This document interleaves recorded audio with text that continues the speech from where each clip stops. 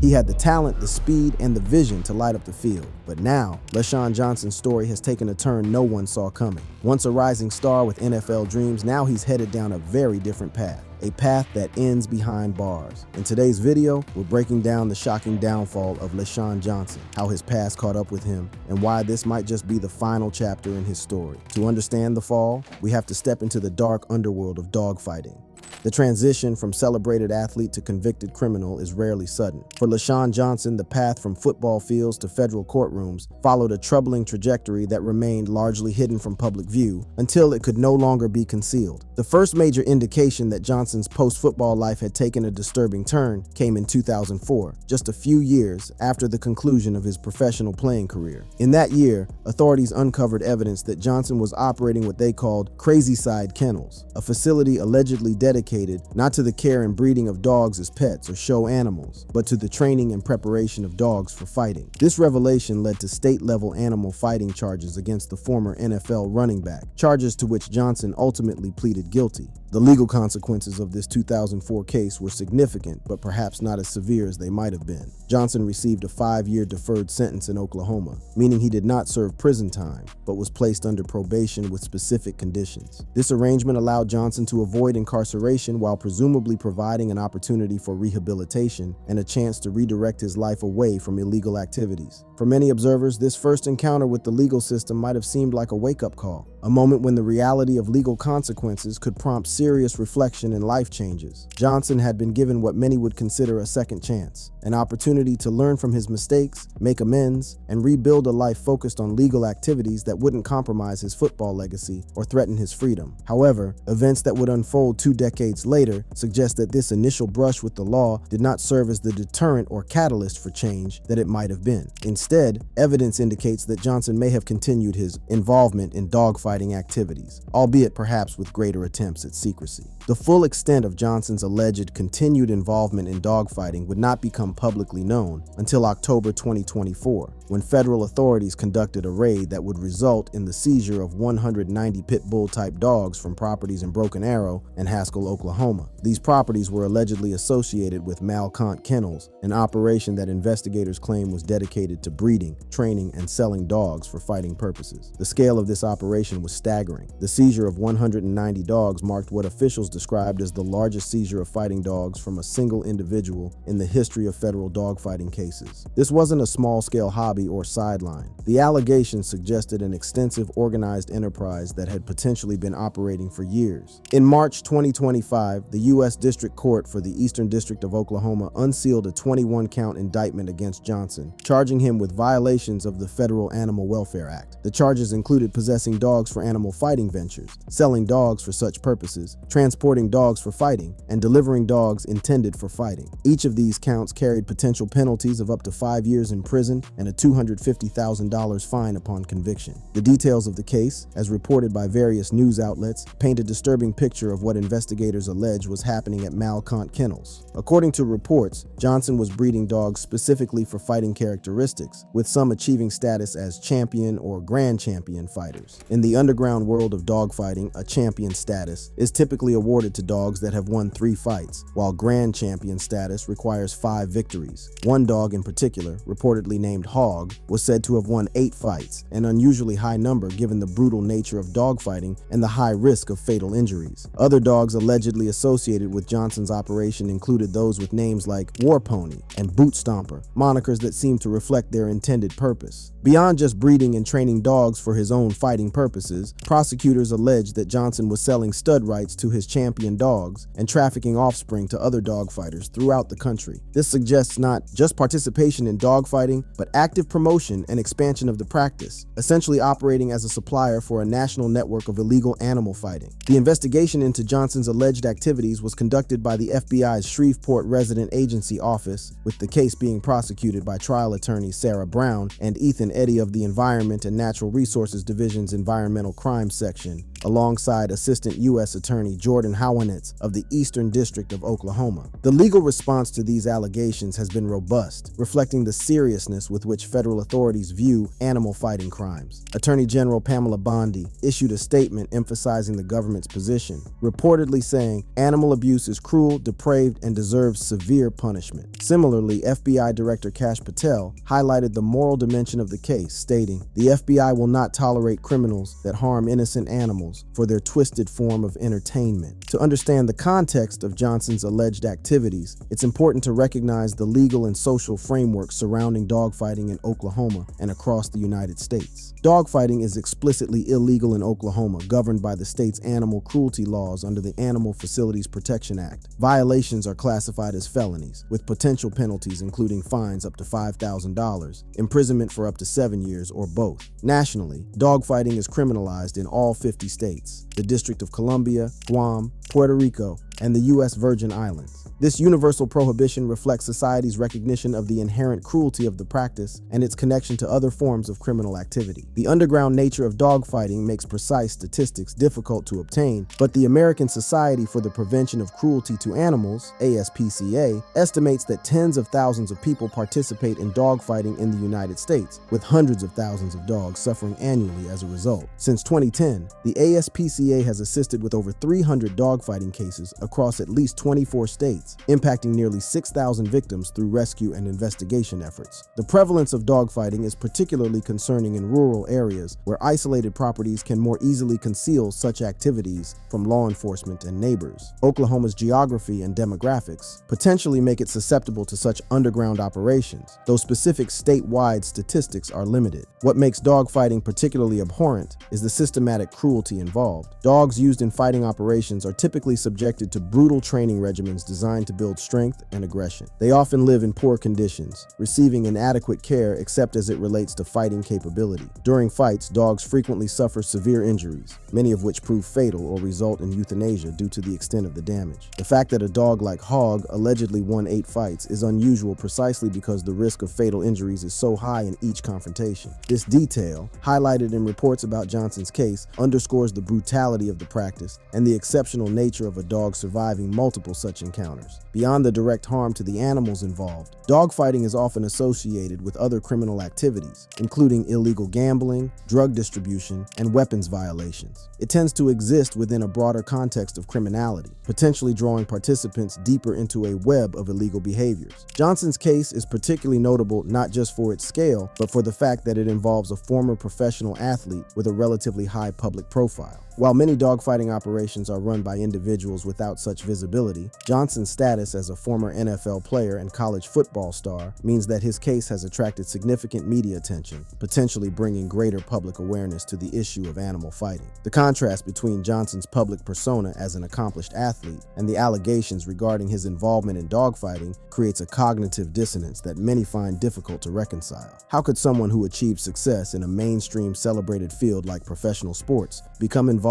in an activity widely recognized as cruel and criminal? Johnson's case also highlights the challenges associated with transitioning from professional sports to civilian life. The end of an athletic career often represents not just a professional change, but a profound identity shift. The structure, purpose, and adulation that come with sports success are difficult to replace, potentially leading some former athletes to seek validation, income, or meaning through problematic channels. While this doesn't excuse criminal behavior, it does provide context for understanding why some former professional athletes might become involved in illegal activities after their playing days end. The transition from celebrated player to ordinary citizen can be jarring, particularly when compounded by financial pressures, health issues, or limited employment opportunities. In Johnson's case, the lymphoma diagnosis he received in 1998 represents a significant health challenge that may have impacted his post-football trajectory. While he successfully returned to play after his diagnosis, the long-term physical, emotional, and financial effects of such a serious illness cannot be dismissed. However, it's important to note that many individuals face similar or greater challenges without turning to illegal activities. The The 2024 raid and subsequent 2025 indictment suggest that Johnson's alleged involvement in dogfighting wasn't a momentary lapse, but potentially a sustained commitment over many years. The gap between his 2004 guilty plea to state charges and the 2024 federal case spans 2 decades, indicating what prosecutors would likely characterize as a pattern of behavior rather than an isolated incident. This timeline raises questions about whether Johnson's earlier legal consequences were insufficient to deter future offenses or whether rehabilitation efforts were inadequate. It also highlights the challenges law enforcement faces in identifying and disrupting underground dogfighting operations, which often involve close-knit communities that are suspicious of outsiders. As Johnson's case moves through the federal court system, it will likely continue to attract attention not just from those interested in his football career, but from animal welfare advocates, legal observers, and those concerned with the broader issues of dogfighting and animal cruelty. The outcome will have significant implications for Johnson personally, potentially determining whether he spends years in federal prison, but it may also impact public awareness and enforcement efforts related to animal fighting crimes. But before Leshon Johnson got tangled in this brutal underground world, he was known for something very different, a blazing rise to fame that had fans and scouts calling him the next big thing. The football legend's rise.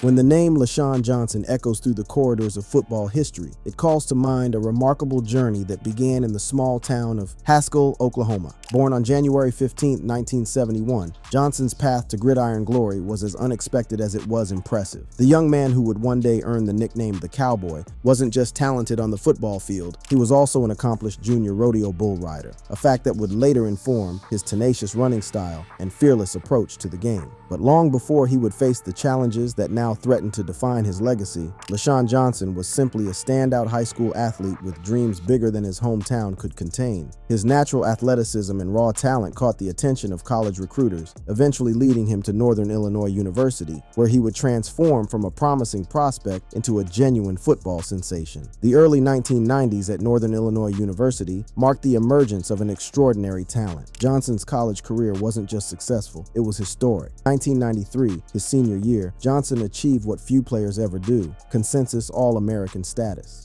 This wasn't merely a token recognition, it was a reflection of his dominance on the field, as he led NCAA Division I-A with an astounding 1,976 rushing yards on 327 carries. Those numbers alone are impressive, but they only tell part of the story. Johnson averaged an incredible 179.6 yards per game, establishing himself as one of the most dominant running backs in collegiate football. His all-purpose yards that season totaled 2,028, placing him in rarefied air, ranked number 4 all-time in NCAA history for single-season rushing, behind only legendary names like Barry Sanders, Marcus Allen, and Mike Rozier.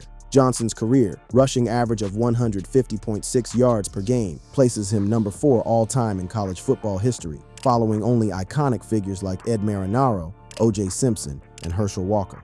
These aren't just statistics, they represent Johnson's place among the true elites of college football, a player whose name deserved to be mentioned alongside the greatest to ever play the position. The 1993 season wasn't Johnson's only successful campaign at Northern Illinois. During his junior year in 1992, he rushed for 1,338 yards, earning honorable mention All-America recognition. But it was his senior season that truly cemented his legacy, as he was named First Team All-Big West and Big West Conference Offensive Player of the Year.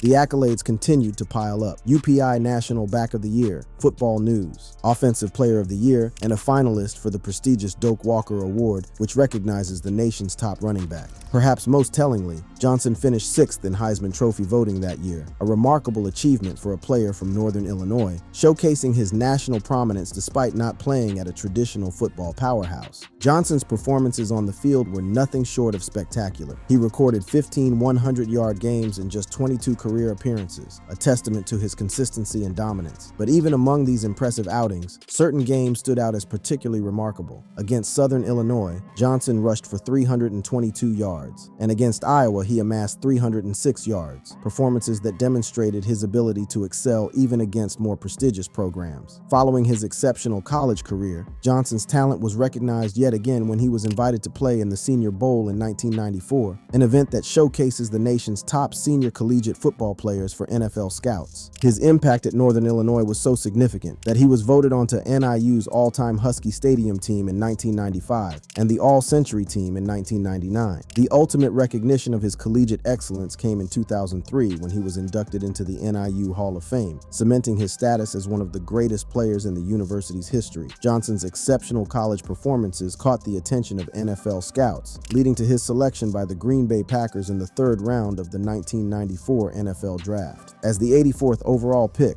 Johnson entered the professional ranks with high expectations, though his NFL career would ultimately prove more complex than his collegiate success might have suggested. Johnson's professional journey included stints with several teams. He began with the Green Bay Packers, 1994 to 1995, before moving to the Arizona Cardinals, 1995 to 1997, and later the New York Giants, 1999. His NFL career spanned 62 games, during which he recorded 253 rushing attempts for 955 yards, averaging 3.8 yards per carry, with 5 rushing touchdowns. As a receiver, Johnson added 43 receptions for 434 yards and 2 touchdowns, bringing his career touchdown total to 7. He also contributed as a kick returner, with 21 returns for 483 yards, including a longest return of 70 yards in 1995. While these numbers may not match the extraordinary statistics of his college days, they represent a solid professional career. Johnson's best statistical season came in 1996 with the Cardinals, when he found the end zone 4 times, 3 rushing, 1 receiving. During his time with the Giants in 1999, he added 3 more touchdowns to his professional resume, 2 rushing, 1 receiving. Johnson's NFL career, however, faced a significant and unexpected challenge in 1998 when he was diagnosed with lymphoma. This serious health setback prevented him from playing that season, interrupting what might have been the prime years of his professional career. The diagnosis represented not just a professional obstacle, but a profound personal trial for Johnson, a battle for his health and his future that transcended football. Despite this major setback, Johnson demonstrated remarkable resilience by returning to professional football in 1999 with the New York Giants. Though his career statistics suggest he was a solid contributor rather than a superstar, with no Pro Bowl selections and a Hall of Fame monitor score of just 3.25, ranked 750th among running backs, significantly below the average HOF running back score of 106.95. The fact that he returned to play at all following a lymphoma diagnosis speaks volumes about his determination and character. Johnson's professional journey didn't end with the NFL. In 2001, he joined the Chicago Enforcers of the XFL, an alternative professional football league. This move represented Johnson's continuing passion for the game and his desire to extend his playing career even after facing serious health challenges and the conclusion of his NFL days. But no matter how far he rose or how deep he fell, the law was always closing in. And now, Leshon Johnson is finally facing justice, with consequences that stretch far beyond just one man. Facing justice and the implications. As Leshon Johnson faces the federal justice system, the potential consequences of his alleged actions extend far beyond his personal freedom. With 21 federal counts against him, each carrying a possible sentence of up to 5 years in prison and a fine of $250,000, Johnson could theoretically face over a century behind bars if convicted on all charges and sentenced to consecutive terms. While such a maximum sentence would be unusual, the sheer number of charges and their serious nature suggest that significant incarceration is a real possibility. Johnson's court appearances began in March 2025, when he was released on bail following his initial hearing. His attorney, Courtney R. Jordan, has reportedly declined to comment on the case, a common strategy at the early stages of high-profile federal prosecutions. The legal process in such cases typically unfolds over months or even years, with pretrial motions, evidence hearings, potential plea negotiations, and possibly a trial. The prosecution team assembled for this case reflects its significance in the eyes of federal authorities. Trial attorney Sarah Brown and senior trial attorney Ethan Eddy from the Environment and Natural Resources Division's Environmental Crime Section are working alongside Assistant U.S. Attorney Jordan Howanitz of the Eastern District of Oklahoma. This combination of specialized environmental crimes prosecutors and local federal attorneys indicates the resources and attention being devoted to Johnson's case. The evidence against Johnson, as described in public reports, reports appears substantial. The seizure of 190 dogs from properties in Broken Arrow and Haskell, Oklahoma, provides physical evidence of the scale of the operation. Federal investigators likely gathered additional evidence during their investigation, potentially including financial records, communications, equipment associated with dogfighting, and testimony from others involved in or aware of the alleged activities. One crucial aspect of Johnson's case is that it represents his second known encounter with the legal system for similar charges. His 2004 guilty plea to state animal fighting charges, which resulted in a 5-year deferred sentence, establishes a pattern of behavior that prosecutors will almost certainly emphasize. In the federal system, prior convictions can significantly impact sentencing guidelines, potentially leading to harsher penalties. Johnson's case is particularly notable for being described as the largest seizure of fighting dogs from a single individual in U.S. history, according to the Department of Justice. This characterization underscores both the exceptional scale of the alleged operation and the priority federal authorities are placing on prosecuting it. High-profile cases like Johnson's often serve as opportunities for law enforcement to send deterrent messages about specific types of crime. The challenge facing Johnson's defense team is substantial. Beyond the sheer volume of evidence suggested by the seizure of 190 dogs, the prior guilty plea in 2004 establishes a damaging precedent. Additionally, the specialized nature of the prosecution team suggests they have significant experience with environmental and animal welfare cases, potentially giving them an edge in navigating the complexities of such prosecutions. Possible defense strategies might include challenging the legality of the searches that led to the evident seizure,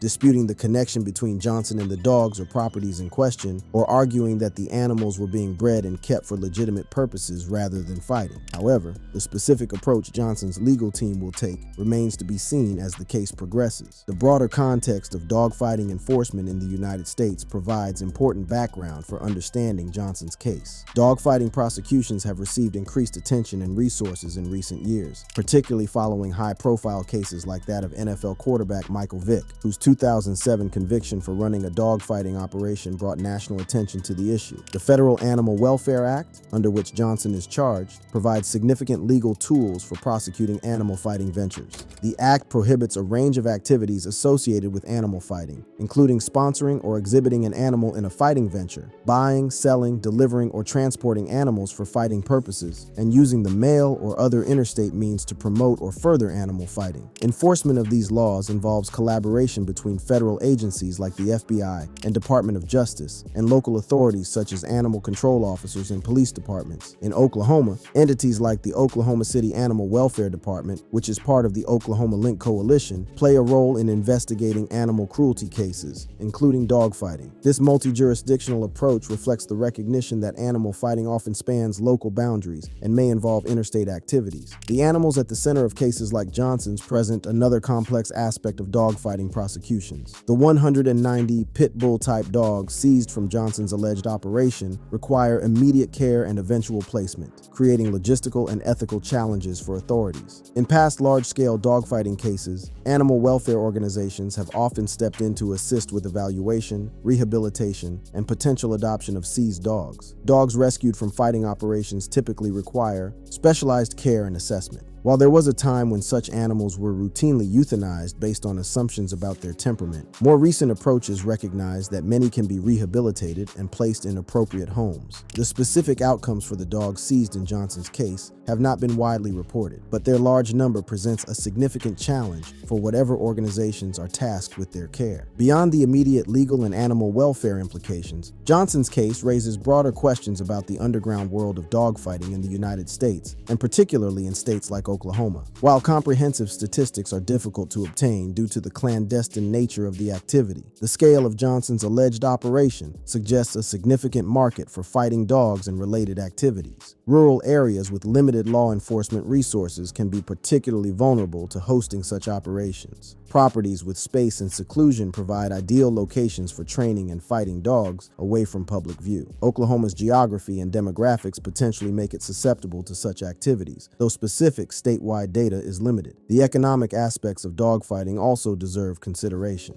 The breeding and selling of fighting dogs, stud services, and gambling associated with fights can generate substantial revenues for those involved. According to prosecutors, Johnson allegedly sold champion dogs and stud rights, potentially creating a profitable enterprise built on animal cruelty. This economic dimension may help explain why individuals risk severe legal consequences to participate in such activities. The connection between dogfighting and other forms of criminal activity presents another layer of concern. Research and law enforcement experience suggests that dogfighting often exists within networks of other illegal behaviors, including drug distribution, illegal gambling, and weapons violations. While the specific allegations against Johnson focus on animal welfare violations, the broader pattern of dogfighting operations involving multiple criminal elements raises questions about potential associated activities. For communities affected by dogfighting, the impact extends beyond animal welfare concerns. Properties used for fighting or training may become centers for other illicit activities, potentially increasing risk to neighborhood safety.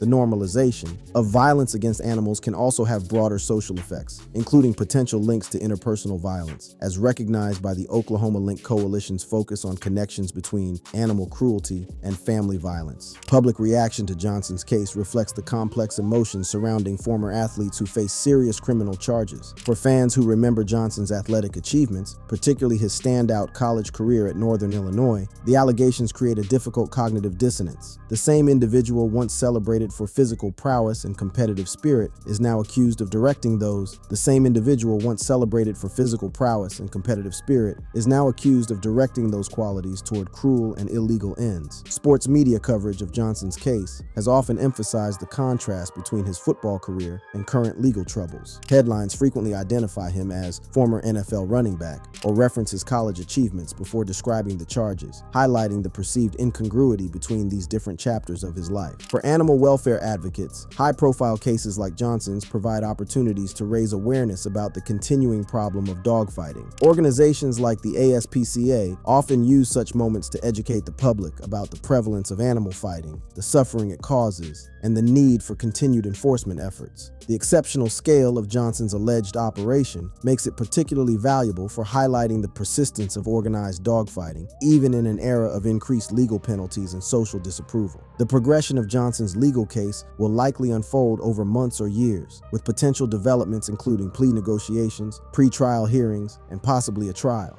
Each stage will provide further insights into the strength of the prosecution's evidence and the strategy of Johnson's defense team. Given the high-profile nature of the case and the involvement of a former professional athlete, media attention will likely remain significant throughout the process. If Johnson is ultimately convicted, either through a guilty plea or following a trial, the sentencing phase will present another critical juncture. Federal sentencing guidelines consider multiple factors, including the nature and circumstances of the offense, the history and characteristics of the defendant, the need for deterrence, and the need to protect the public from further crimes by the defendant. Johnson's previous guilty plea to state charges would almost certainly be considered an aggravating factor, potentially resulting in a more severe sentence. The potential long-term implications of a conviction for Johnson are profound. Beyond the immediate loss of liberty associated with incarceration, a federal conviction would permanently alter his public identity and future prospects. Even after serving any sentence imposed, the stigma of animal cruelty convictions could limit employment opportunities, social acceptance, and financial stability.